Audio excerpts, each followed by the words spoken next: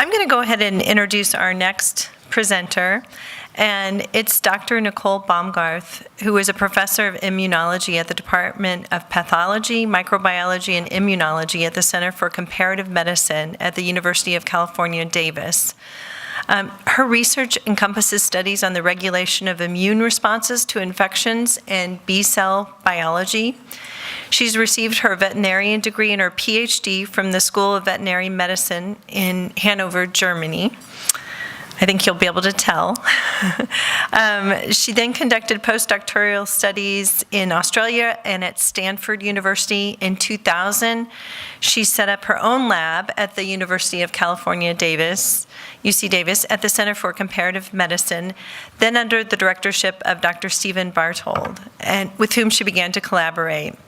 So her bio, you can read about more of her in everyone has a program of events, and you can find out more information, but I want to go ahead and bring her on up and have her speak to us about her area of expertise and knowledge. Thank you.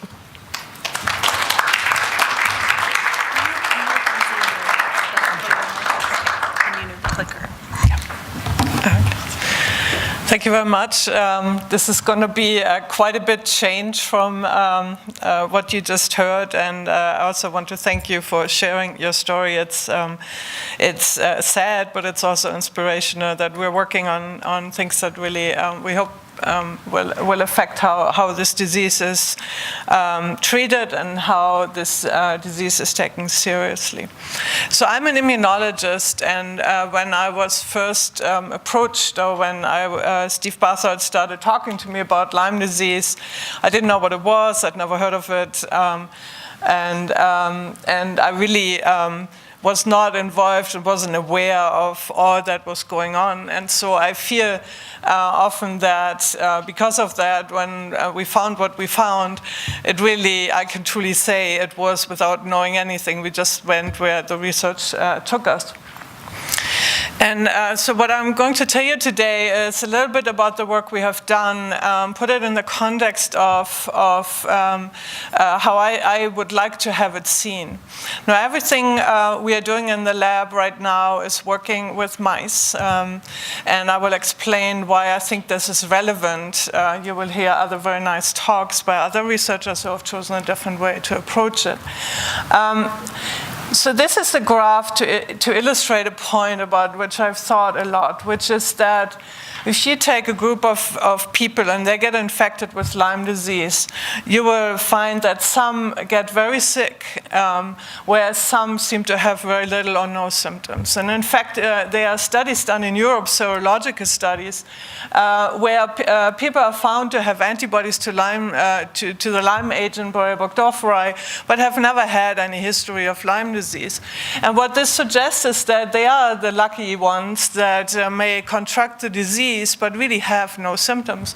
And then they are the ones that are on the other end of the spectrum that are very severely affected. The second thing is that you all know that the antibiotic treatments that are currently being used, in general, when treatment occurs early, as you have also heard, can reduce symptoms and in many cases actually make the symptoms go away. Now, what we do know is that the antibiotics will reduce the burden of bacteria in your body by a very large degree, probably in the order of 99%, at least for a time. And maybe it's 100%, maybe it's only 90%, but they're certainly reducing the amount of Borrelia that you have in your tissue.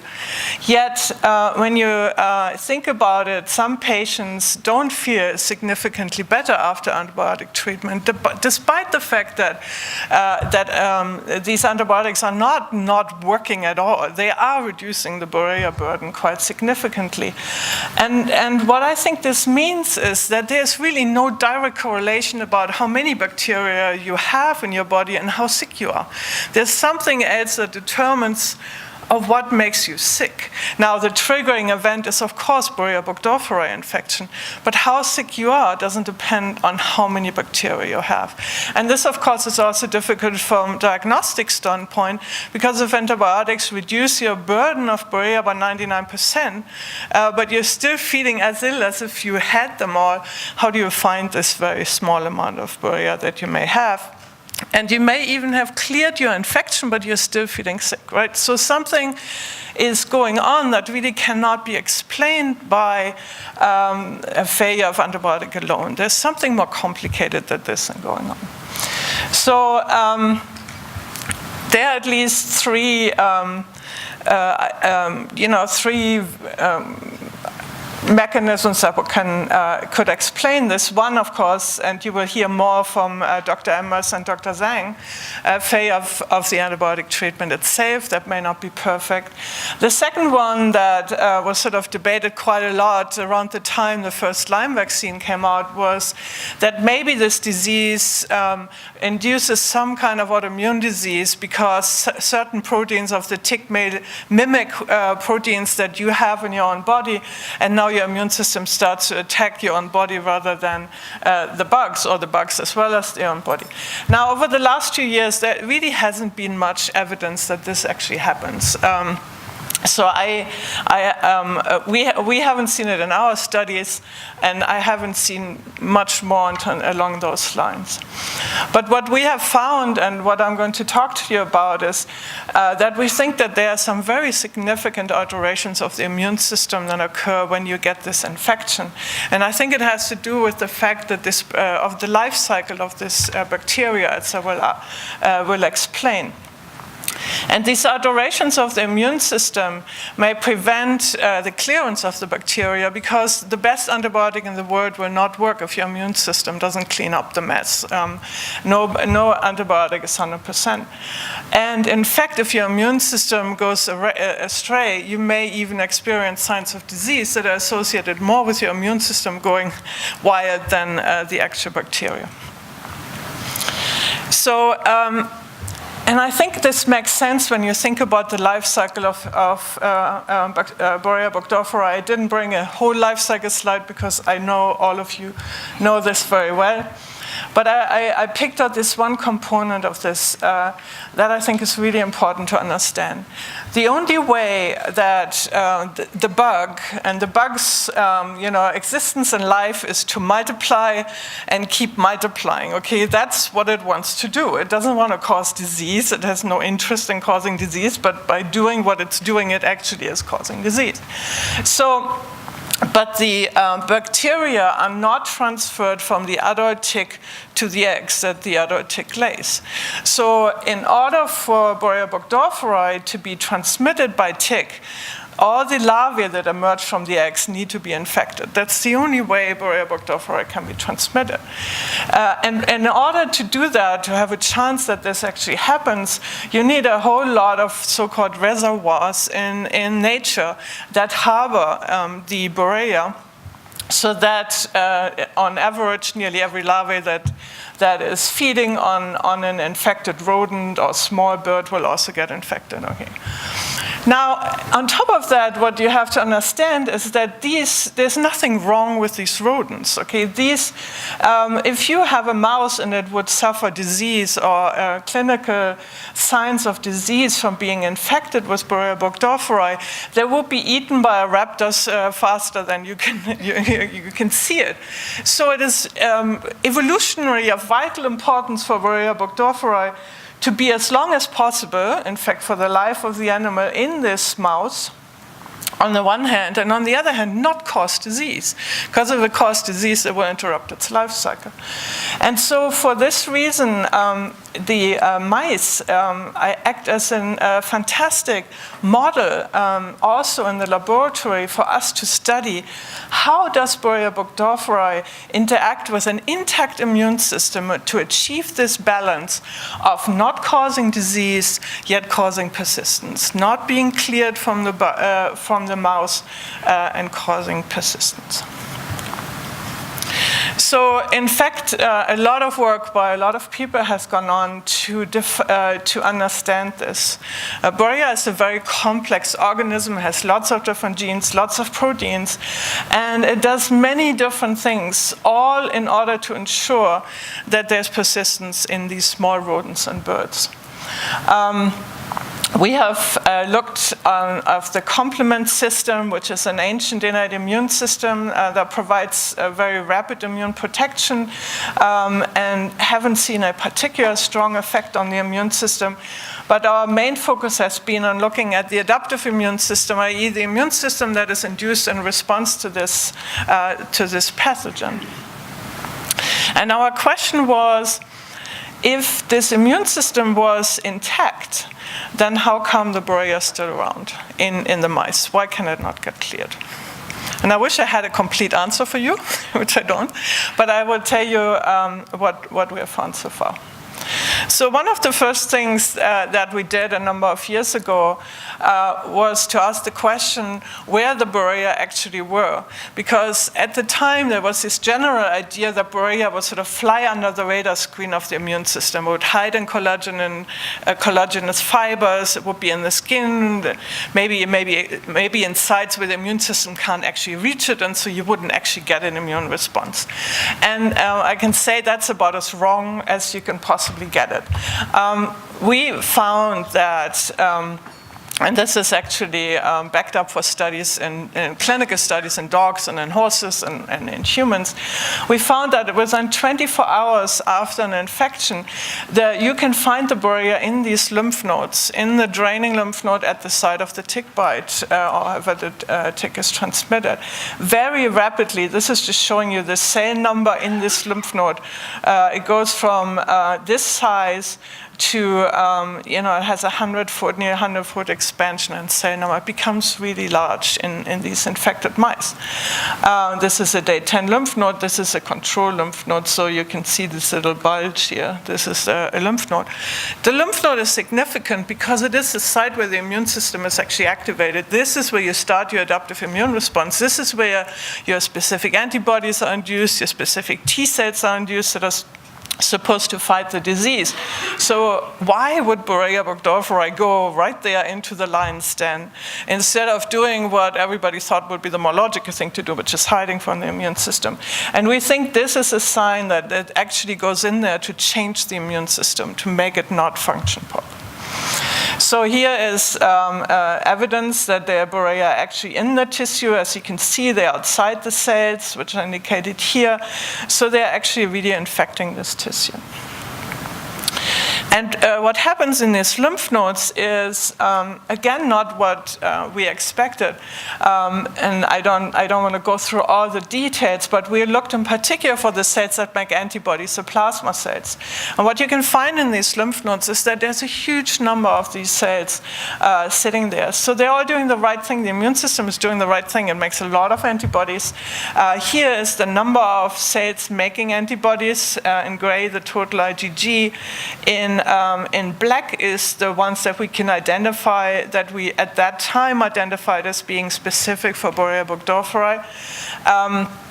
This paper that we published in 2011 spent a lot of time trying to understand the difference between all the IgG was produced and the one that's specific. And because you're all aware of that, of the difficulties in knowing exactly what the best antigen is to use to detect antibody specific for Borrelia, we spent a lot of stuff doing in the lab that you couldn't do in a clinical setting, but we can do with our mice. And I can tell you that nearly all of these antibodies are indeed Borrelia specific. So there's a lot of specific antibody produced in response to this infection. So again, asking the question, why would you make so much antibodies if your goal in life is to actually persist? Antibodies would clear you. And I think the answer lies in this slide. So we asked the question about what happened in a mouse that cannot make antibodies. They have B cells, they can do all the other things the immune system can do, they just cannot secrete antibodies, okay? And here's what happens. Compared to a mouse that can make IgG and IgM, this mouse has still B cells, can't secrete antibodies, and it has 2 logs, 100-fold more Borrelia in its tissues, okay? So the antibodies are really important in controlling the infection. However, as you can also appreciate, 120 days after infection, these mice are still positive. So they're making all these antibodies. And the antibody does a great thing in reducing the burden of Borrelia, but it doesn't clear the infection, okay? But of course, if you had this level of, and these mice would get sick eventually from Borrelia infection, these mice never get sick. So controlling the load of Borrelia in your tissues does help with the disease development, but it doesn't help with clearing the infection. So and that's just shown here, 14 months after infection, when we take various tissues from the mouse, we can find Borrelia in all of the tissues we are testing, yet there never is any disease in these wild-type mice. So then we looked at the antibodies themselves. You know, you have a ton of these antibodies. Are they good? Are they functional? Are they doing something? I showed you that we can find that they bind to the antigen. Well, one of the things we did is we looked at the so-called isotype profile, what type of antibody is being made. And one of the things we noted is that nearly half of the antibodies that are being generated are of this IgM isotype. This is an isotype that is commonly seen in response to an early infection. It's every viral infection. Every infection indeed would induce an IgM response. And then usually what you see is a switch from IgM to IgG. So for those of you that are aware of the diagnostics, when you see IgM, you think it's an acute infection. When you see IgG, you think it's a more long-term or chronic infection. And that's not what we find in our mice. We found that on day 21, which is fairly late, nearly half of the B cells were still making IgM. And in fact, so again, here's the expected, what every clinician, every veterinarian, every medical student learns in the clinic. Early IgM goes away, IgG goes up, never disappears, right? And then if you were get reinfected, you would get even more IgG and you will start making the same little bit of IgM. But here's what we observed in the mice. We see a good IgG response in response to all our mice make IgG responses. But here's what happens to IgM. It goes up and it stays up. And it never comes down.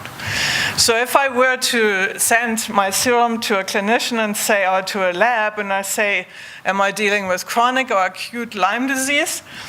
It would be acute. Even on day 180 after infection, it would be considered an acute infection. But again, to stress that in the mice, all of the mice make antibodies, all of them make IgG, but all of them always also make IgM. So not only do they make IgM to Borrelia, so we submitted this paper actually, and I came back and I said, well, this is really interesting, but maybe that's just what the immune system needs to do. There's something about the antigen of Borrelia that demand an IgM response. And so we tested that. We took mice that were vaccinated, Borrelia-infected mice, and one lot we gave a flu shot. And we said, well, we know a flu shot, you should get IgG. We know IgM is very transient. And here's what we saw. Acutely on day 10 after infection, the mice that were infected with Borrelia made antibodies to flu just fine, but they made more IgM. And even 9 weeks later in the bone marrow, which is where the plasma cells that make antibodies sit at that time, they made more IgM. Now, nobody could argue that this is a good thing for the immune system because they are supposed to make IgG at this time. It's not that they didn't make IgG, but they definitely made more IgM. So there's something that Borrelia does that somehow drives this IgM production that isn't considered usually as particularly helpful. So then we asked the question, what if we take a mouse that doesn't secrete IgM and only secretes IgG? So, oops, sorry, wrong button. Here's our wild-type mouse that makes IgM and IgG, controlled, not gone, but controlled again 4 months after infection, Borrelia load. Here's the mouse that can make IgG, but it doesn't have IgM, no difference. Okay, having all this IgM is not of particular benefit to you. If we have a mouse that doesn't have IgG, only IgM, it just looks a mouse like it doesn't have any antibodies. So the IgM really doesn't control the infection in the tissues at all. What it does, however, do is it controls the infection in the bloodstream. So these are wild-type mice that we infect. 100% of these mice are infected. All of them are infected. But when you look in the blood for Borrelia burgdorferi, you will only find that about 10% of the mice on day 7 will have culturable bacteria, detectable bacteria, either by PCR or by culture. So this is the number of mice that have it. So this is why a blood test for Borrelia is so difficult to consider that that could ever work. Because even in mice where we know they are infected, we can't find it in 90% of the mice, okay? And only very transiently. But if you don't have IgM, if you can't make IgM, then that goes up to 75%. Now, without IgM, 75% of the mice had Borrelia in the bloodstream, and that number came down very slowly, probably as IgG became more prevalent. And here's a mouse that can't make any antibodies, and you can see they have become 100% bacteriemic. So what I would summarize from this part of my talk is that Borrelia burgdorferi targets the lymph nodes, targets the site where the immune responses are induced early after infection. It induces, it causes this induction of a really strong antibody response that in mice that we can measure, and that controls the level of Borrelia in the tissues, and therefore also likely to a certain degree at least disease. Antibody responses are skewed towards this IgM that isn't useful. But on the other hand, it's really all about the IgG. How good your IgG is really controls the load of Borrelia in the tissue. So we need IgG in mice at least for burgdorferi control.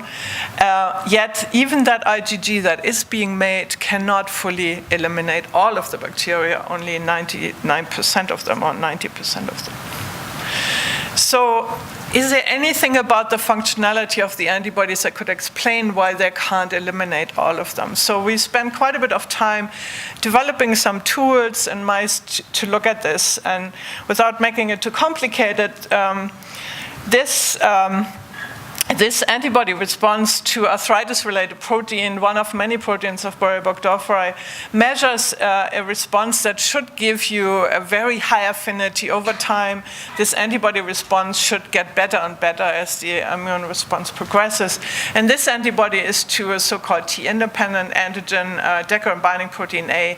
That antibody response should have a certain binding strength to the antigen and shouldn't change over time. And in fact, if you look over time, what I'm showing you here is a week post-infection, and then we treat it with antibiotic at about 6 weeks. And what you can see is that when we treat with antibiotics, the moment we start treating, this antibody response to Borrelia burgdorferi, to arthritis-related protein, starts disappearing. Whereas in the control mice, it keeps going up. It doesn't matter whether it's to this antigen or to this antigen, the antibodies slowly disappear. And this was when I talked to some people that were dealing with horses, they actually told me that they would use that as a clinical sign that their treatment was working. Antibodies disappear, antibiotics work.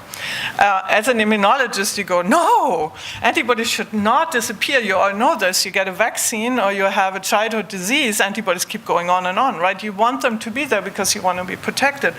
What this means is that this infection does not induce so-called plasma cells that are long-lived and they keep making antibodies. The moment you treat and the moment the antigen disappears, the moment your antibodies start going, which is also not very helpful, obviously, from a diagnostic perspective. The second thing is we measured the ability of these antibodies to bind to their target antigen. They will bind with a certain affinity, with a certain strength of interaction, and the immune system has a way to make that interaction stronger over time. So they're becoming better. That's what you would see in a normal infection. And what I'm showing you here is the avidity index, which is a measure of how strong an antibody and an antigen interact. And as you can see, at about 3 weeks, this interaction is about here it doesn't matter what the units are. And then it goes up, so stronger interaction, better ability of that antibody to bind. And then by about 6 to 8 weeks, we see a reversal of this happening. And by 16 weeks of infection, these mice, the antibody to arthritis-related protein was just as good or as bad as it was at the beginning of the response. It wasn't that there was an antibody. In fact, the total amount of antibody to this protein went up. So you have more antibody over time, but that antibody is not particularly good quality antibody. And there's, we correlated with that are some changes in your immune system. We think we know why this disappearance of the so-called affinity maturation occurs, but we don't know. We know how it occurs, but we don't know why it occurs.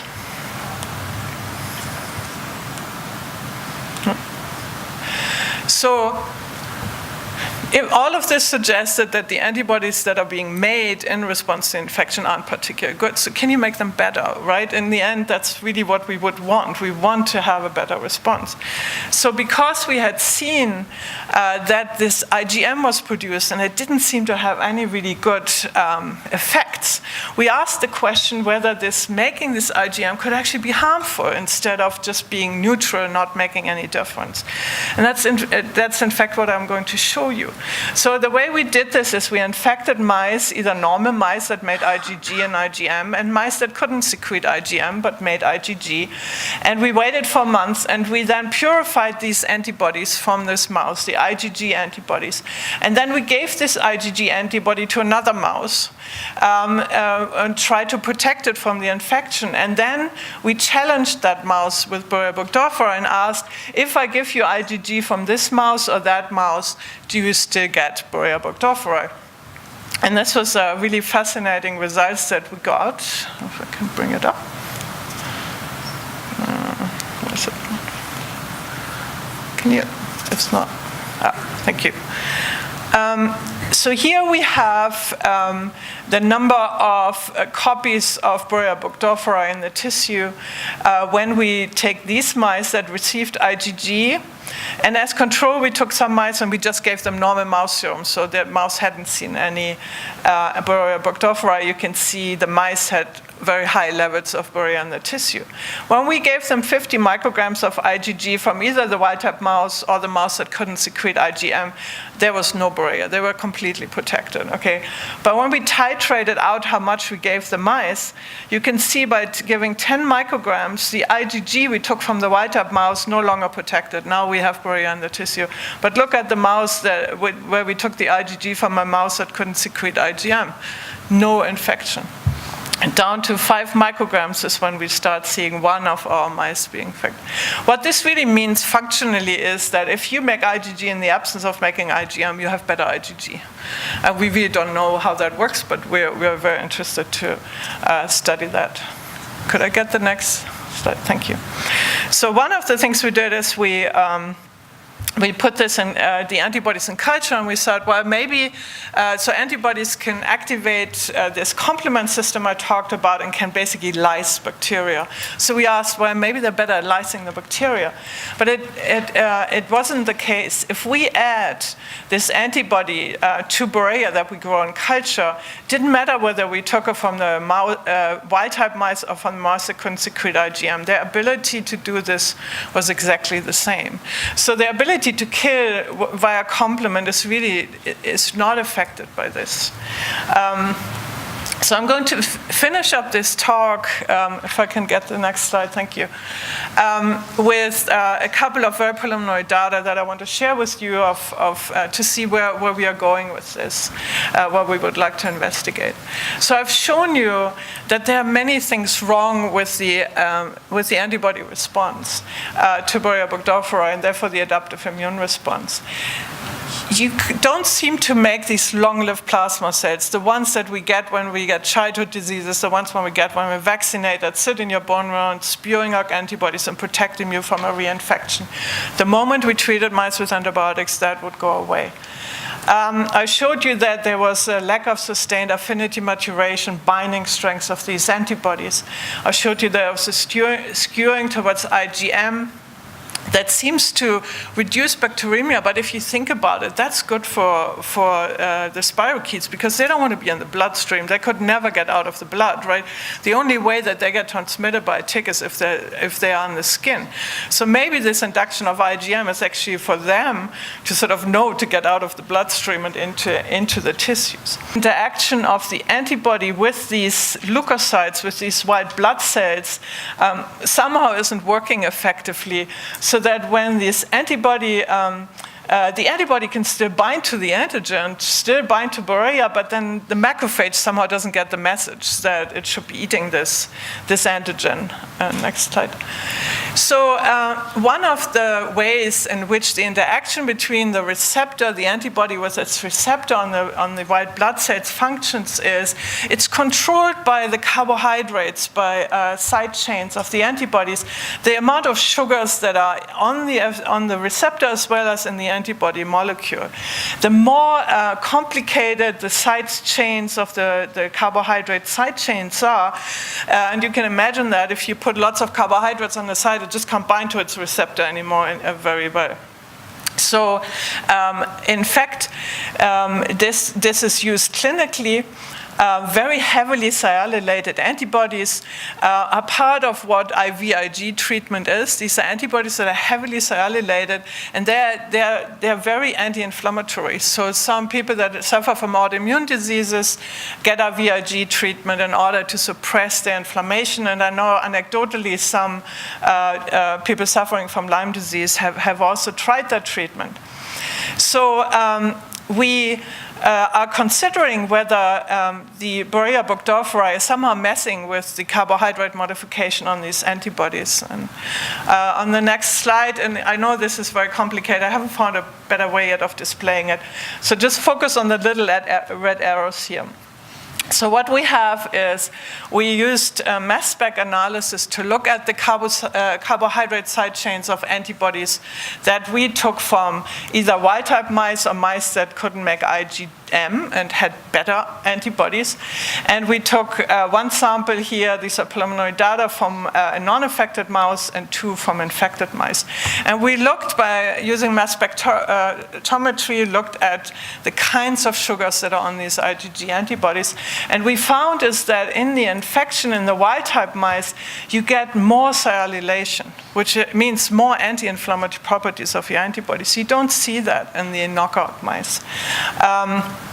And so these are really exciting data for us because they suggest that maybe this change in the carbohydrate modification of the antibodies really could play a role in how good these antibodies are. So next.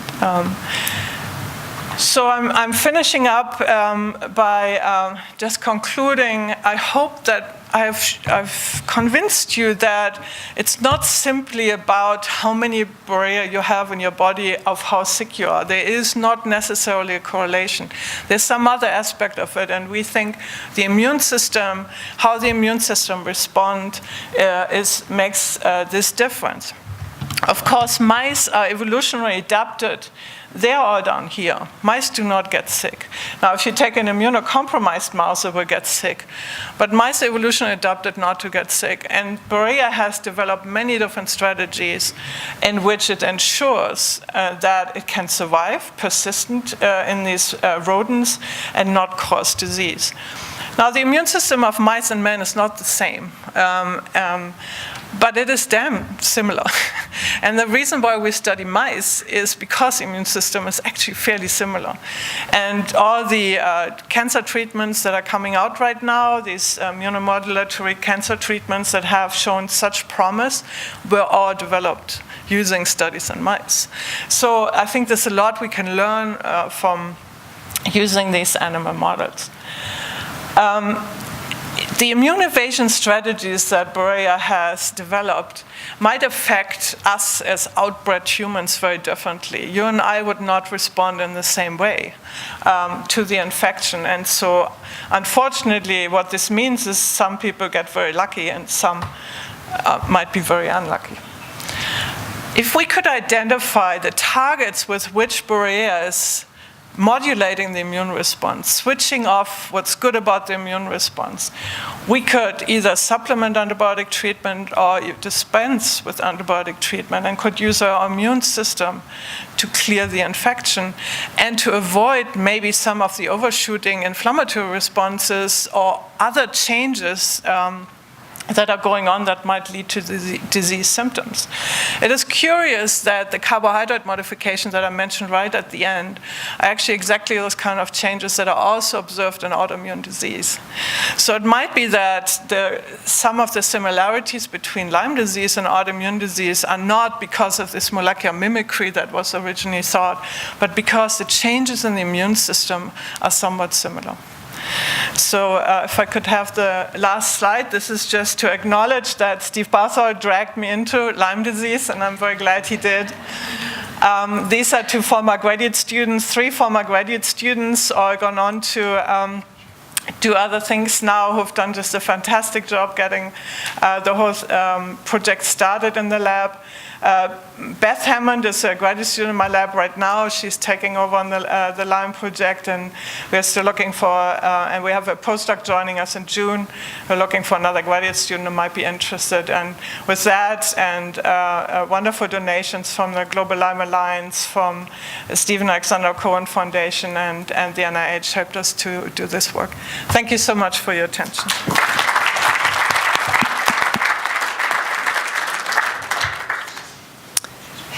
Does anyone have any questions? Go. Nicole, that was extraordinary. Thank you so much. I know it would be very expensive, but have you entertained the thought of using a SCID-HU mouse to actually look at what the human immune response, would be? No, we haven't, and I am not a fan of that model because the immune system, the white blood cells of humans are not the same as the white blood cells of mice. So they have many receptors on the surface that are not the same. And so when they have to interact with endothelial cells and tissues, they will not do the same. So I think that model has its place. I'm not sure that Lyme disease would be one of them. But what I think is that we should really consider using the clinical samples we have from dogs and horses. We should think more creatively how we can take human samples. And I'm not sure that the mouse is the mouse, and I use it for the reason that I outlined. I'm not sure that it would buy us so much more to use a SCID-HU. And the second question is, we know that there's enormous, genotypic heterogeneity among Borrelia specimens. Is all of your work been done with just like a single Borrelia? Yeah, we use N40 and we use B31. So we have used two that gave us very similar results, but both are obviously, they do not represent the full spectrum of Borrelia that is out in nature. Thank you. Very nice. So in thinking about the result that you got with the IgM deficient mice and seeing that the IgG were more effective at killing Borrelia, is it possible that the Borrelia actually changes in that the targets for the IgG response are different? I'm thinking about, like OSP-C. So when the Borrelia enter the immunocompetent mouse, OSP-C is downregulated because at the same time that the antibody response comes. And then if you infect a SCID mouse, you don't see a downregulation. I'm wondering if a similar type mechanism could be happening in that situation. I think in addition to the carbohydrate modification, we want to look at the specificity profile of these antibodies. I don't think that's what it is, but I think it is an important thing to include or exclude, to investigate. And we are doing that using the chip that was developed by Phil Fagner at Irvine. So we're going to use that to screen for all.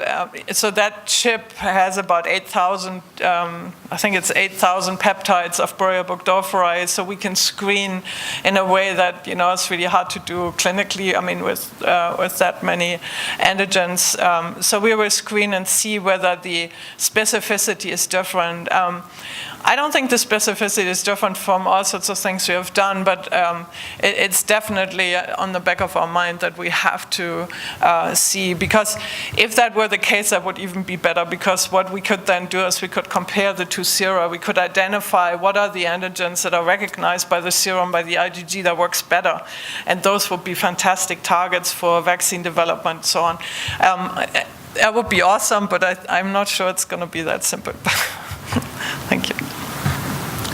Fascinating talk, and I thank you. Interesting because clinically, I think I may have seen some of what you're talking about. One is that now you've shifted my whole concept of how I thought of it being an immune invader. But one of the more sicker patients that I seem to see are those patients that continue to mount an IgM response and do not ever mount an IgG response even after years of infection or years of treatment. Can you respond on some level that maybe using some sort of modified IgG response could be helpful? Yeah, so we don't ever see IgM without IgG in our mice studies. So I don't really have a good explanation of why you would not see any IgG. I would, however, also say that I don't trust the test that is out there to test for the breadth of IgGs that might be made, because the antigen that is used is Borrelia grown in culture and then run out on a gel or put on an ELISA plate. And when we started this, we looked at the lysate, which is sort of what that represents. And of all the things we tested, recombinant proteins, we used one specificity, one protein, known protein that Barthold had shown to be immunogenic. The lysate, that's supposed to have everything in it, was by far the worst antigen to use for our assays. So we don't use it anymore. So I'm wondering whether some of this only seeing IgM is really a test problem and not a physiological immune response problem. So in this particular issue, I tested the patient on immunoglobulin testing, and they had an immunosuppressed immunoglobulin response. So that my perception was then that was just an immunodeficiency that was created by the lung. They didn't have any IgG or little IgG? They had limited. So in other words, normal being 700 to 1600, they had 550 or 5. So we published 3 years ago a study where we did a similar experiment to one that I shared with you here, which is where we took Borrelia-infected mice and we flu vaccinated them. And then we looked at the IgG response. I showed you the IgM data here. And these mice could not mount a normal IgG response to flu. Obviously we'd love to know the mechanism for that, but that really looked awfully like immunosuppression to us. Right. Yep. Right. Thank you.